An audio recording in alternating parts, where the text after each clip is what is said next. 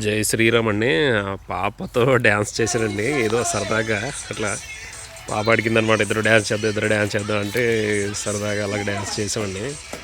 చూడండి పాప ఎంత సంతోషంగా ఉందో. ఇక్కడంతా హిందీ మూవీస్ బాగా ఎక్కువ చూస్తారండి. హిందీ సాంగ్స్ పెట్టుకుని డ్యాన్స్లు వేస్తారనమాట. వాళ్ళ సాంగ్స్ కూడా ఉంటాయి. చూడండి ఎంత సంతోషంగా ఉందో పాప.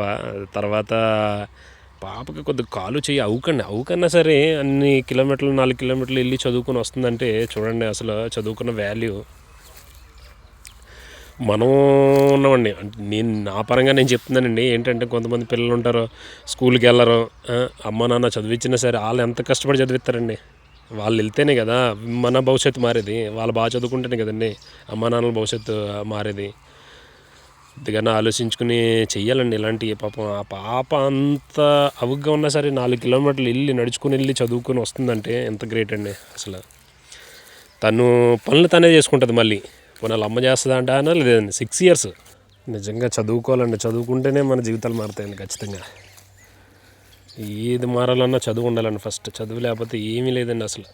ప్రపంచంలో చదువు ఉంటే ఎక్కడికి వెళ్ళినా బతకచ్చండి. చదువు లేకపోతే ఏం చేస్తామండి? మన అమ్మ నాన్నలు చేసుకుని కూలి పని మనం చేసుకుని బతకాలండి. చదువుకున్న వాల్యూ ఎంత అంటే ఇంక చెప్పలేదండి అది.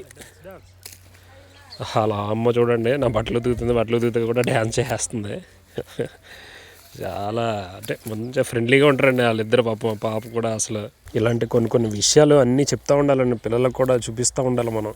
అసలు ఇది నాకు తోచిన కాడికి నేను చెప్తున్నానండి. దీన్ని కూడా అపార్థం చేసుకొని తప్పుడు కామెంట్లు గట్రా పెట్టకండి. చాలామంది పెట్టినలు పెడుతున్నారు. ఇంకా అన్నీ వదిలేసాను నేను పట్టించుకోవడం.